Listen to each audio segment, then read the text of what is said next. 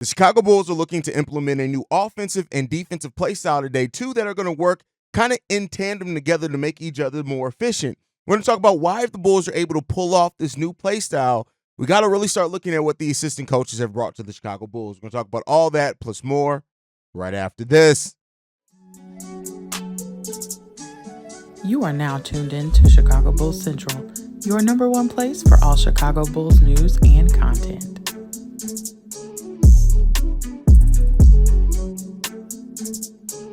What's going on, Bulls fans? Welcome to another episode of Chicago Bulls Central, your number one spot for everything Chicago Bulls related. I'm the host, Haize, but more importantly, you guys can follow the channel at Bulls Central Pod on every social media platform we happen to be on.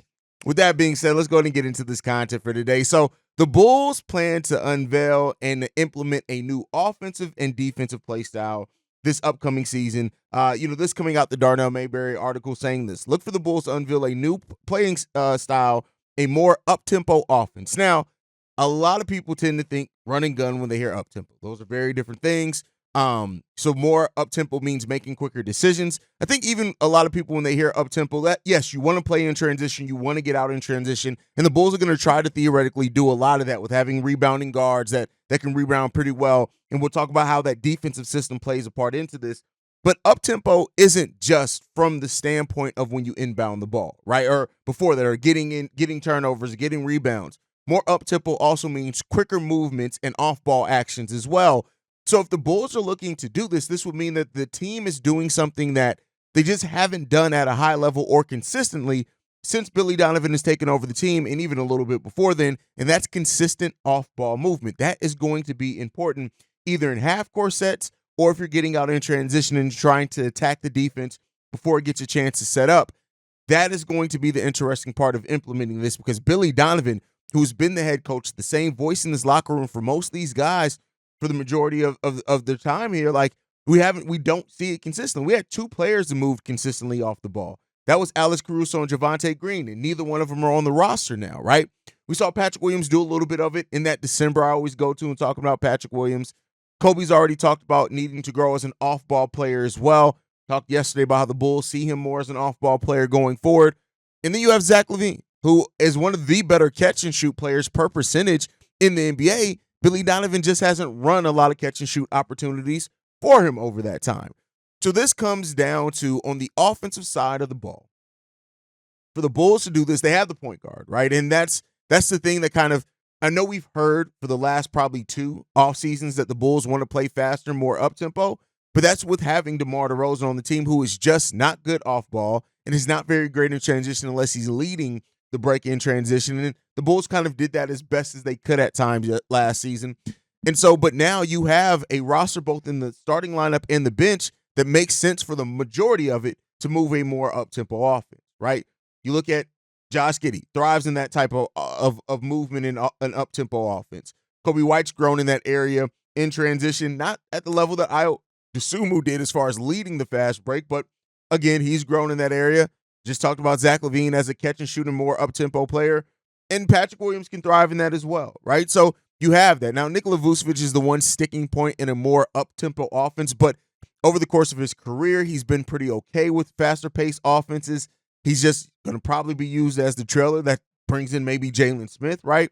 Things like that. So I think ultimately what you're looking for and what you're looking at is that the Modest Bucilis off the bench, Ayo off the bench, even Torrey Craig coming off the bench, right? Jalen Smith, these are all guys who, Dalen Terry, Julian Phillips, that can thrive in trying to get faster and move around a little bit more. When you don't have the players that have grown their half-court game, don't kind of have those individual moves and those isolation moves, being more up-tempo, more faster with your decisions, it helps kind of, those players get easier looks at the basket, more open shots, things like that. So it's not was not the surprising part of that. I think we all kind of expect with this team, it just looks like on paper like it makes more sense. Now, the defensive aspect of this, one thing that was interesting in this is Darnell Mayberry saying this: a twist on the defensive scheme, one that will shift focus from defending the paint to protecting the three-point line. And even going on to talk about how the Bulls allowed the highest number of three-point attempts per game last season. They were 29th the season before that. this would be shoring up one of the Bulls' biggest limitations on the defensive side of the ball.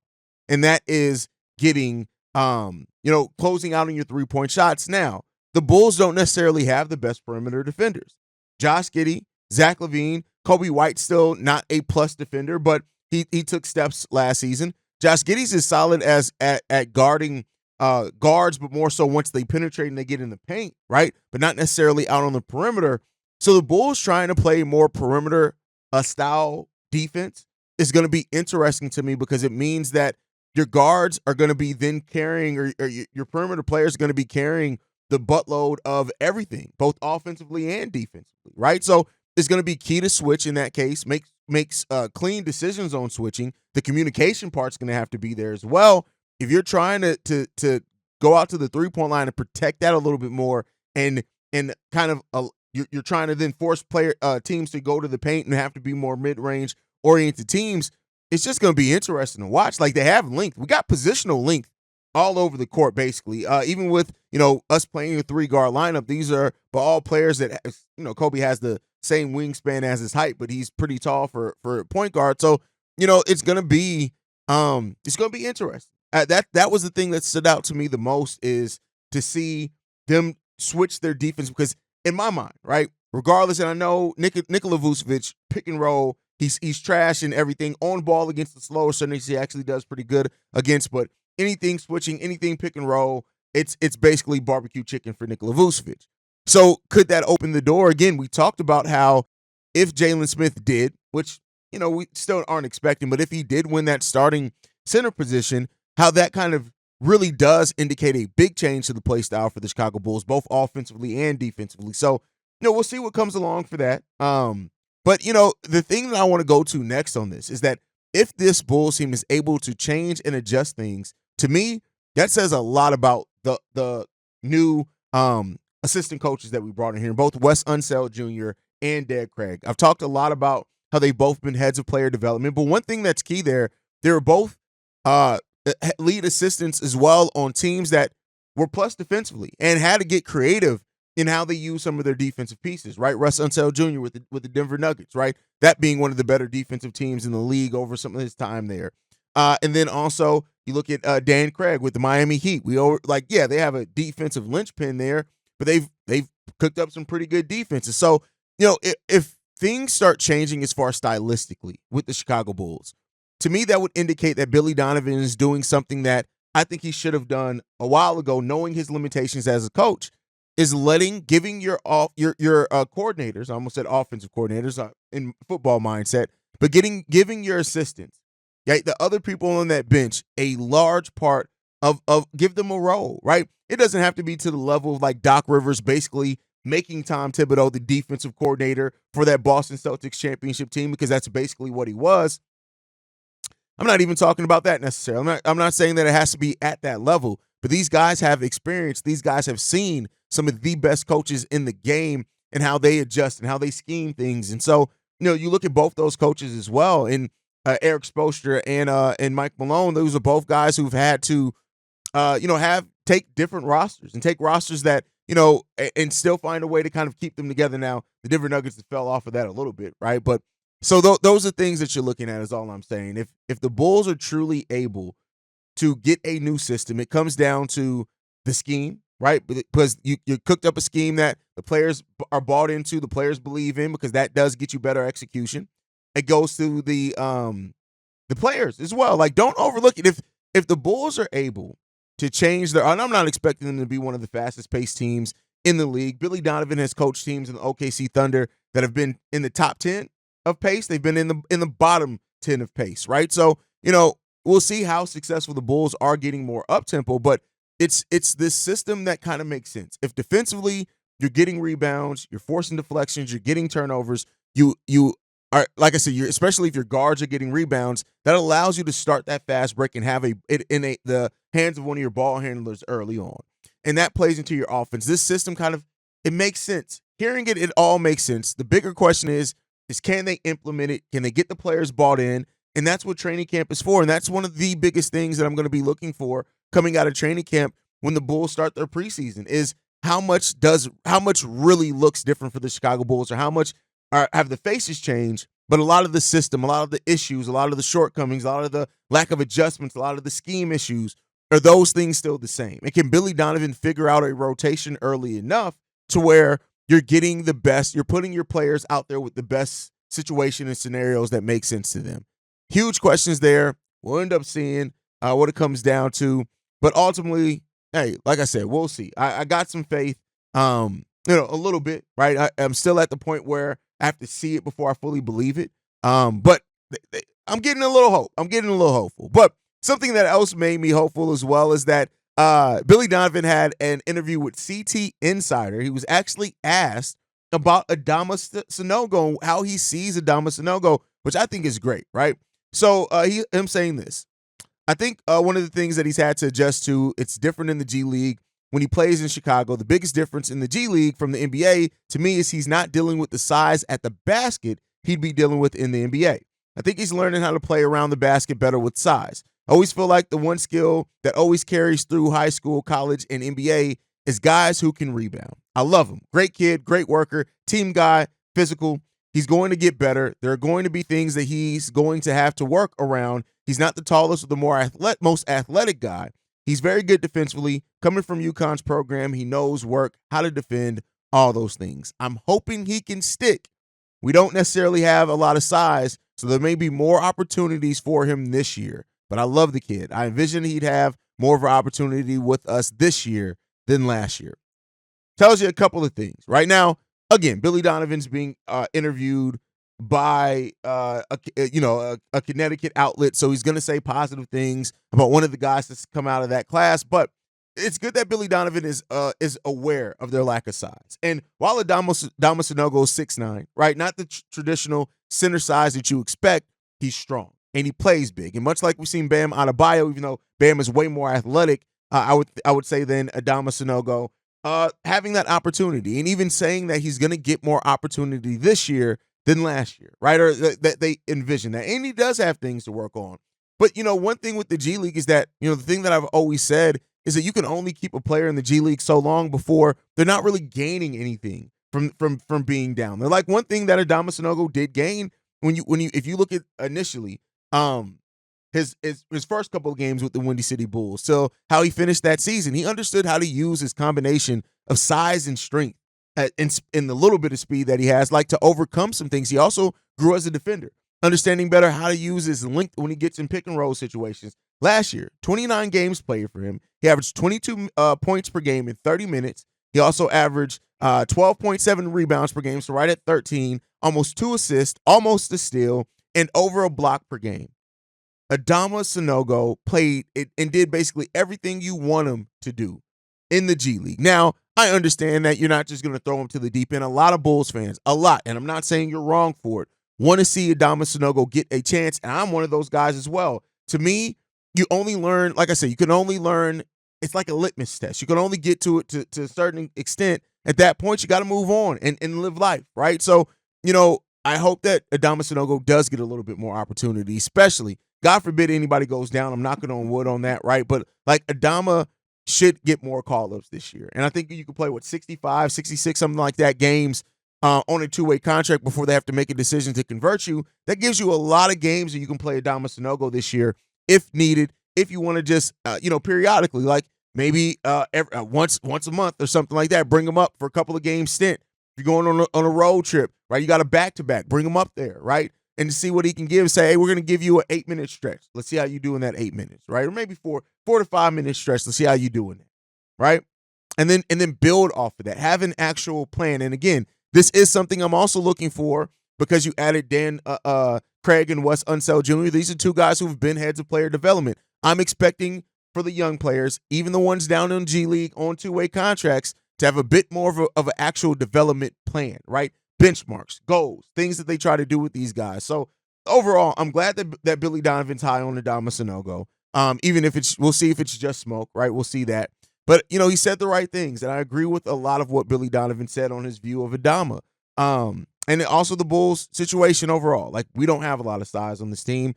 Once again, we don't have a lot of depth at the big man position. So if we can get that from Adama Sanogo to a degree, some of that additional depth when we need a call-up, that'll be great. And, with Not knowing what the future of Nikola Vucevic is, we may have to rely on Adama Sanogo sooner rather than later. But you guys can let me know what you think down below. All right, with that said, let's get into the last thing for today. We do have a voicemail. I'll be responding to that. This one is from TJ. Yo, what's up, Haize? It's TJ. I know it's been a while since I left my last voicemail, but I got a question for you, man. Since preseason, media day, training camp, all that stuff is coming real soon, I was wondering, what exactly were you looking to see at the end of probably, I say, around preseason? So, yeah, that's pretty much it. What were you looking to see from the young guys by the end of preseason, especially since we have basically a totally new team? At least that's how it's saying to me. So, what do you want to see in terms of, play style, who getting the most usage, stuff like that from each player that we had acquired this offseason. I want to know what you want to see from them by the end of preseason. So, yeah, that's it. Have a blessed one, man. All right, TJ, thanks for the voicemail, brother. So you asking, what am I looking forward to see from the young guys and then from the new players that we acquired at the end of the preseason, play style, those type of things? Here's what I'll say. I start off with the young guys. I just want Dalen Terry, Julian Phillips, and Modest Bucilis to make Billy Donovan have to play them. And that's a tall task for all of them, but I just want them to be at a place, and I think Modest is going to get an opportunity regardless, but I need those young guys specifically, the ones that are still a question mark in a lot of ways. Modest because he just got drafted. Julian because his season ended in injury, even though he's playing pretty well. And Dalen Terry started playing a lot better towards the end of that season as well. Those young guys, I just want to see a step forward. I want to see a step forward, and except for Modest, and I want to see them make it difficult, make Billy Donovan have to think and why he's not playing you. Make him have to second guess not playing you. That's what I want to see from those guys. So I'm not going to give a stat or anything like that, but that's what I want to see from those guys. Now, as far as the new players that we acquired, Jalen Smith, I already talked about Modest Bucilis in talking about the young guys. So Jalen Smith, Josh Giddey, I'm thinking that's the biggest two acquisitions that we've had to the team.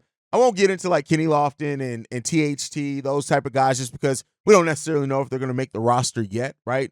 Some of those guys are going to end up on the G League, stuff like that. So, but as far as the Jalen Smith, Josh Giddey, I just want Josh Giddey to be the point guard that makes this thing work, right? Offensively. I'm not expecting a lot from him defensively, but if he can get this thing like a well-oiled machine, get us playing in transition, get the ball to the shooters, catch people as they're cutting to try to motivate them to do that more, that's all I need to see from Josh Giddey. I don't like putting numbers on things, but, I can easily see Josh Giddey being, getting 16, 15, 17 points, getting 6 to 7 assists per game, maybe even more at 8 to 9 assists per game on this type of team with how much he's going to be doing the ball handling. But I'll say 6 to 7 assists per game, and then 6 to 7 rebounds per game. If you can do that, that's more than a great season, I think, statistically. But it's more about what I want to see on the court, the play style. And from Jalen Smith, I want Jalen Smith to make it be that he has to start at center. That's what I would love to happen, to make it be that he has to start at center, that people look at him and say,